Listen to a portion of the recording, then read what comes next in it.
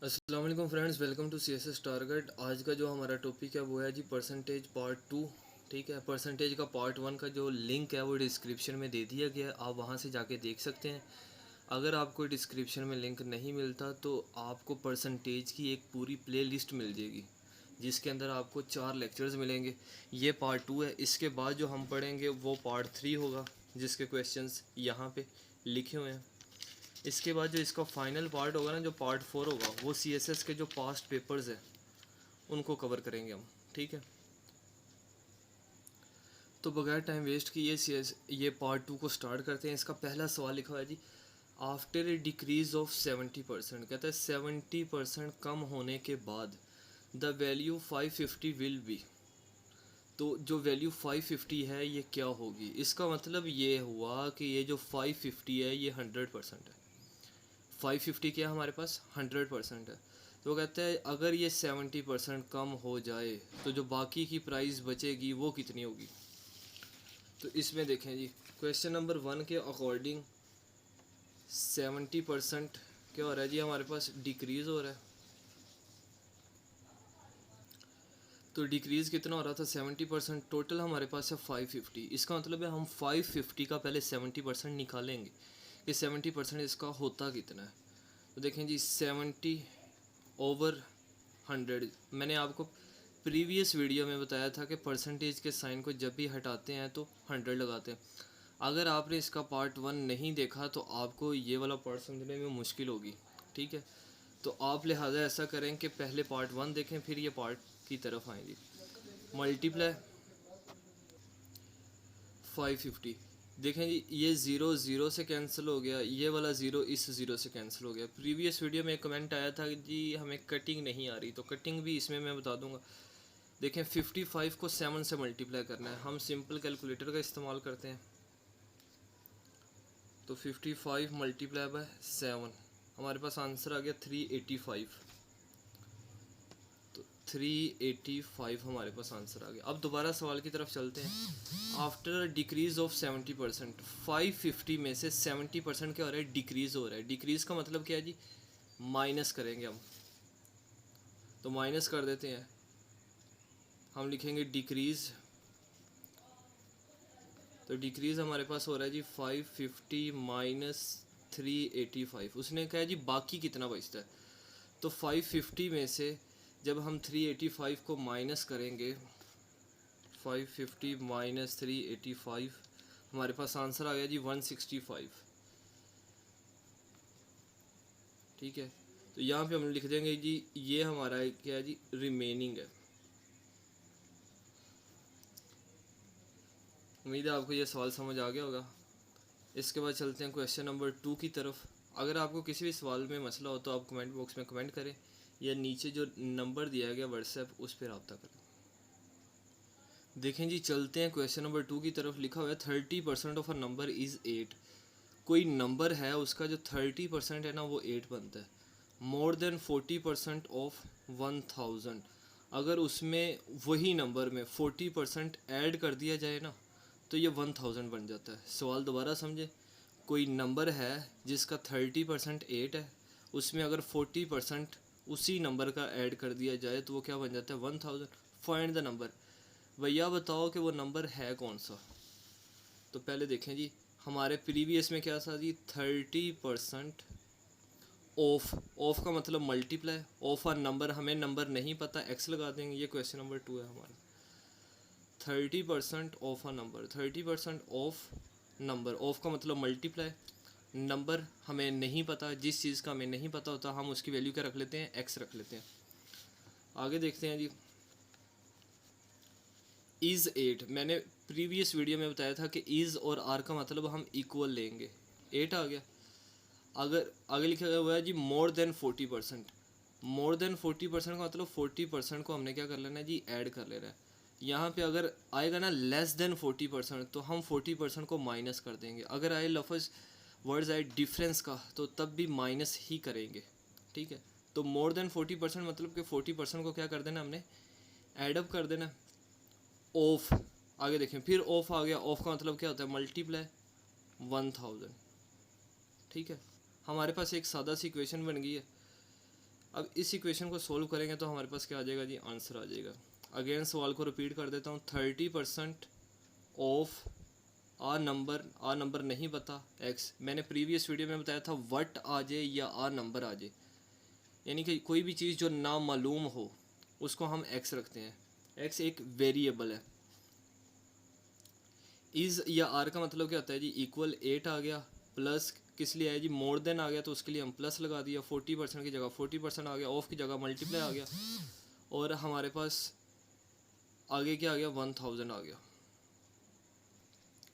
देखिए सीएसएस का पेपर हो, जनरल एबिलिटी का कोई भी, या कोई भी वन पेपर एमसीक्यूज हो, अगर तो आपको डायरेक्ट आंसर आ रहा है तो आप टिक कर दें, ठीक है। और अगर रिटर्न में है जैसे कि एबिलिटी का पोर्शन होता है तो आप डायरेक्ट आंसर नहीं, सबसे पहले क्या बनाएंगे, इक्वेशन। विदाउट इक्वेशन आपको नंबर नहीं मिलेंगे, ठीक है। तो देखें परसेंटेज को ख़त्म करना है, नीचे क्या लगा देंगे जी, 100 लगा देंगे, परसेंटेज ख़त्म। यहाँ मैं यहाँ पे डॉट लगा रहा हूँ जी, डॉट लगा दिया, एक्स लगा दिया, डॉट का मतलब भी मल्टीप्लाई होता है। इज़ इक्वल टू 8 प्लस 40% मतलब 40/100 मल्टीप्लाई बाय 1000, ठीक है जी। ये हमारी इक्वेशन, थोड़ा सा हमने इसको ओपन कर दिया, एक्सपेंड कर दिया, ये 2020 से कैंसिल, ये वाला 1010 से कैंसिल, इतनी कटिंग होगी। अब जो बाकी बच गया वो आगे लिख लेते हैं, 3/10, एक्स को साथ ही लिख देते हैं। जब दो डिजिट्स के दरमियान कोई साइन ना हो तो इसका मतलब ये है कि वो आपस में क्या हो रहे हैं, मल्टीप्लाई हो रहे हैं, ठीक है। तो 3 और एक्स के दरमियान कोई साइन नहीं है तो ये मल्टीप्लाई, फिर भी हम एहतियातन डॉट लगा देते हैं, ठीक है। इज़ इक्वल टू 8 प्लस, आपको पता है 40 मल्टीप्लाई बाय 10 आ गया, ठीक है। अब यहाँ पे देखें कि पहले प्लस होगा कि पहले मल्टीप्लाई होगा। आपने एक कानून पढ़ा होगा जी, डी मैथ्स का। डी मैथ्स का लॉ क्या कहता है, डिवाइड मल्टीप्लाई ऐड सब्ट्रैक्ट। अगर किसी कोई हमारे पास इक्वेशन हो तो सबसे पहले हम डिवाइड करेंगे, फिर मल्टीप्लाई करेंगे, फिर ऐड करेंगे, फिर सब्ट्रैक्ट करेंगे। हाँ अगर ब्रैकेट आती है तो वो इन सबसे पहले होगी, ठीक है। एक्चुअल में इसका फुल नेम है बोर्ड मैथ्स, ठीक है। Bracket of divide multiply add और सब्ट्रैक्ट, हम शॉर्टकट डी मैथ्स पढ़ते हैं, बस इसमें ये याद रखना होता है कि ब्रैकेट पहले आती है, ठीक है। अब ये देखें, हम 3/10 X is equal to 8 plus 40 multiply by, जब 10 करेंगे तो हमारे पास आंसर आ जाएगा जी 400, 40 को जब 400 आ गया, ठीक है। अब हम इन दोनों को क्या कर देते हैं, ऐड कर देते हैं, तो क्या बन गया जी 408 3/10 एक्स। हमने जैसे यहाँ से वैल्यू निकालनी है एक्स की तो हमारे पास वो नंबर आ जाना है, क्योंकि वो नंबर को हमने क्या रखा हुआ है जी, एक्स रखा हुआ है। 10 इधर डिवाइड इधर जाके क्या हो जाएगा, multiply, X is equal to 408 multiply by 10, 3 इधर मल्टीप्लाई, नीचे आके क्या हो गया जी, डिवाइड हो गया। अब हम कैलकुलेटर पे इसको जल्दी से कर लेते हैं जी, 408 मल्टीप्लाई बाय 10, ये आ गया हमारे पास, डिवाइड 3 किया तो हमारे पास ये आंसर आ गया 1360 एक्स। ये हमारे पास एक्चुअल नंबर था। ये क्वेश्चन नंबर 2 का आंसर है। अच्छा, जब भी आंसर आए ना, मैंने प्रीवियस वीडियो में भी बताया था, आपने उसको बॉक्स में कर देना है, साथ आंसर लिखने की ज़रूरत नहीं होती, उसको पता चल जाता है कि ये जो है ना आंसर है। अच्छा, कोई भी सवाल अगर एबिलिटी के पोर्शन में है ना, उसको सोल्व करने का तरीका जो मैंने बताया, तरीका तो यही है, लेकिन कुछ चीज़ें और ऐड करते हैं। सबसे पहले आपने बताना है जी गिवन डाटा, जैसे आप फिज़िक्स के अंदर न्यूमेरिकल करते थे, गिवन डाटा, उसके बाद आपने लिखना है जी टू फाइंड क्या करना है, उसके बाद सोल्यूशन या कैलकुलेशन, ठीक है, वो लिख के उसके बाद ये मामला सारे करने हैं आपने।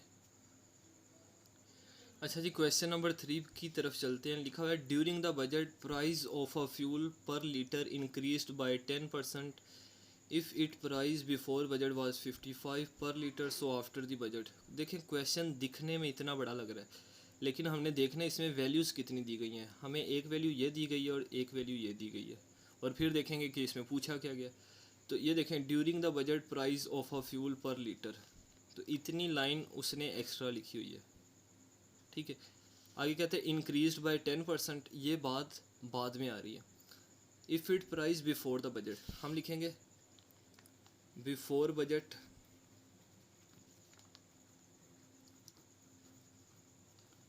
प्राइस, तो बजट आने से पहले प्राइस कितनी थी 55। फिर इसमें क्या बजट आने के बाद इसमें कितना इंक्रीज़ हुआ जी 10% इंक्रीज़ हो गया। Increase is equal to 10%। आगे सवाल क्या, so after the budget, budget के बाद क्या होगी। दोबारा मैं अब सवाल समझाता हूँ, अब आपको सही समझ आएगा। देखें जी, बजट आने से पहले जो पेट्रोल था ना उसकी प्राइस 55 पर लीटर थी। बजट आने के बाद उसमें कितना इजाफा हो गया, कितनी एक्सटेंशन लगी, 10% लगी। वो कहता है बजट आने के बाद पेट्रोल की कीमत क्या होगी। पहले 55 थी, 10% इजाफा हो गया, अब कितनी आई। तो पहले हम 55 का 10% पता होगा तो फिर हम उसको ऐड करके क्या निकालेंगे, आंसर निकालेंगे। हम लिखेंगे जी 10% ऑफ 55 कि 55 का 10% क्या होता है। तो 10% मतलब परसेंटेज का, ये परसेंटेज को जब भी हटाते हैं तो डिवाइड में क्या लगाते हैं जी 100 लगाते हैं, मल्टीप्लाई ऑफ 55। ठीक है, 1 0 0 से कैंसिल हो गया। अब हमारे पास 10 और 55 बच गया। 55 और 10 दोनों को कटिंग करें तो 5 11 और 5 2। देखें आपको पता है 11 का हाफ क्या होता है जी 5.5 होता है। ठीक है, या आप ऐसे देख लें कि 10 का हाफ क्या होता है 5 होता है और 2 का हाफ 0.5 होता है, तो 5.5 आ गया हमारे पास। ठीक है, तो अब हम लिखेंगे after budget,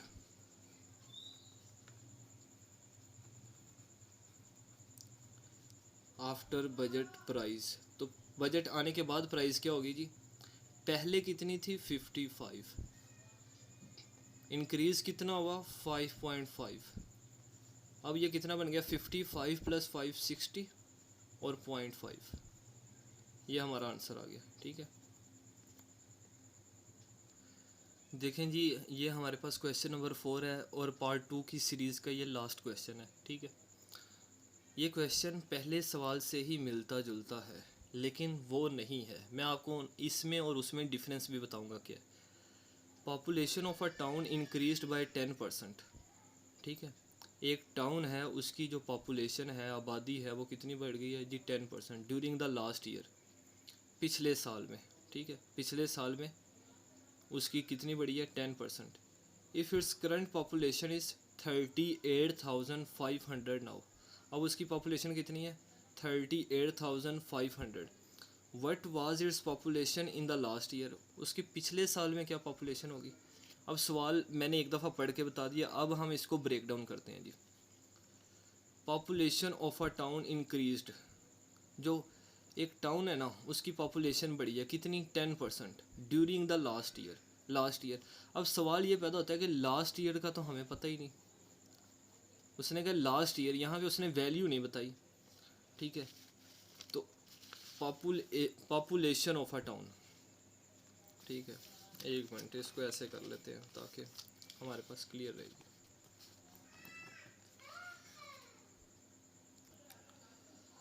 population of a town increased by 10%। तो प्रीवियस ईयर कितनी थी हमें नहीं पता, हमने उसका नाम क्या रख लिया x।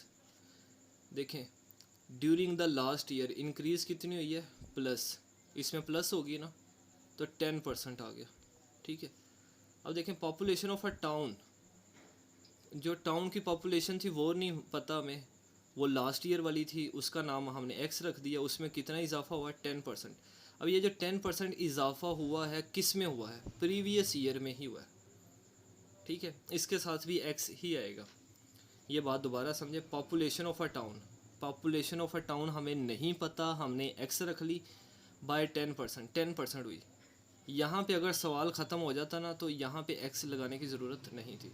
अब आ रहे during the last year, last year में तो पहले टाउन की इतनी थी, फिर कितना इजाफा हुआ x में 10% इजाफा हो गया।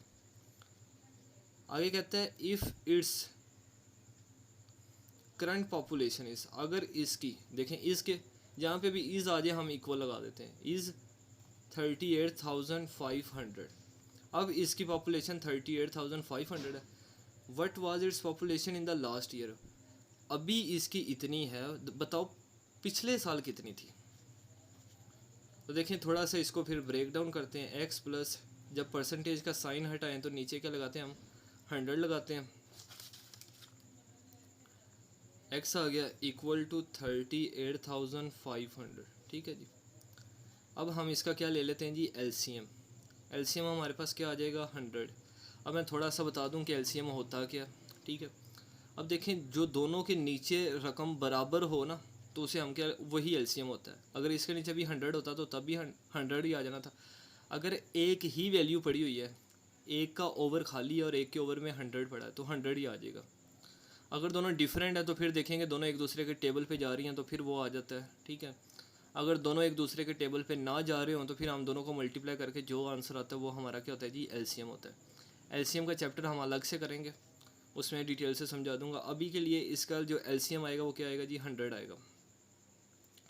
अब इसके नीचे कुछ भी नहीं है तो 1 है, ठीक है।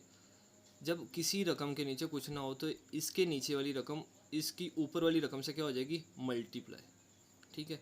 तो जब 100x से मल्टीप्लाई हुआ तो क्या आ गया जी, 100x प्लस, इससे भी आसान तरीका बताऊं, 1 को किस से मल्टीप्लाई करें तो 100 आता है, ठीक है। या 100 को किस पे डिवाइड करें तो 1 आता है जी, 100 पे ही मल्टीप्लाई करें तो यही आता है, ठीक है।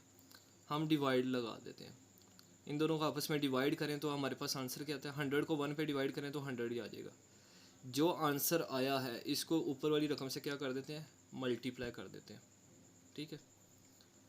तो हमारे पास क्या गया, 100x। अब यही कॉन्सेप्ट यहाँ पे समझे, इन दोनों को आपस में डिवाइड करें, हमारे पास आंसर क्या आता है जी, 1। जो आंसर आया है वो ऊपर वाली रकम से क्या होगा, जाके मल्टीप्लाई होगा।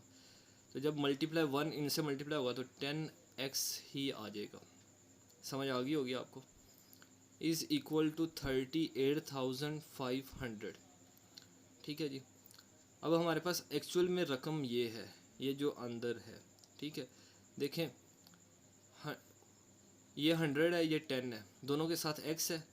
जब दोनों के साथ सेम वेरिएबल हो तो दोनों क्या हो जाती हैं, ऐड हो जाती हैं। 100 प्लस 10 क्या हो गया, 110x, नीचे क्या आ गया, 100 इज़ इक्वल टू 38,500। अच्छा, ये जो मैंने डिवाइड और मल्टीप्लाई लगाया ना, ये आपको समझाने के लिए लगाया, ठीक है। पेपर में आपने ऐसे नहीं लगाना, अगर आप रफ अमल में कर रहे हैं तो फिर कर सकते हैं। देखें ये 0 इस 0 से क्या हो गया जी, कैंसिल। यहाँ पे बच गया 11x, 10 इधर डिवाइड था, उधर जाके क्या हो गया, मल्टीप्लाई हो गया। 38,500 मल्टीप्लाई बाय 10। अब हम इसको मल्टीप्लाई कर देते हैं, 38,500 मल्टीप्लाई बाय 10 हमारे पास आ गया। एक ज़ीरो का इजाफा हो जाएगा, 38,500, एक ज़ीरो और आ गया जी, 11x। देखें 11 इधर मल्टीप्लाई उधर जाके हो गया, डिवाइड हो गया। x is equal to 38,000 over 11 आ जाएगा। ये मल्टीप्लाई था x के साथ हो रहा, तो इधर आके क्या हो गया, डिवाइड हो गया। अब देखें जी x इज़ इक्वल टू, हम डायरेक्टली इधर से डिवाइड कर लेते हैं, डिवाइड बाय 11, हमारे पास आंसर आ गया 35,000।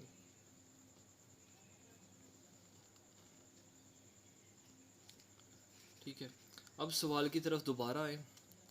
सवाल में क्या लिखा हुआ है, population of a town increased by 10% during the last year. पिछले साल आबादी में 10% इजाफा हुआ था। पिछले साल की अब आबादी नहीं बताई गई। इफ़ इट्स करंट पॉपुलेशन, अभी की आबादी बता दी गई है। अभी की कितनी थी, 38,500। हमने प्रीवियस ईयर की फाइंड की तो हमारे पास आंसर क्या आ गया, 35,000। ठीक है, तो इसका मतलब है पिछले साल में कम होनी थी तो वो कम ही निकली है। अगर आपकी ज़्यादा निकलती है तो इसका मतलब है आपका मेथड गलत है।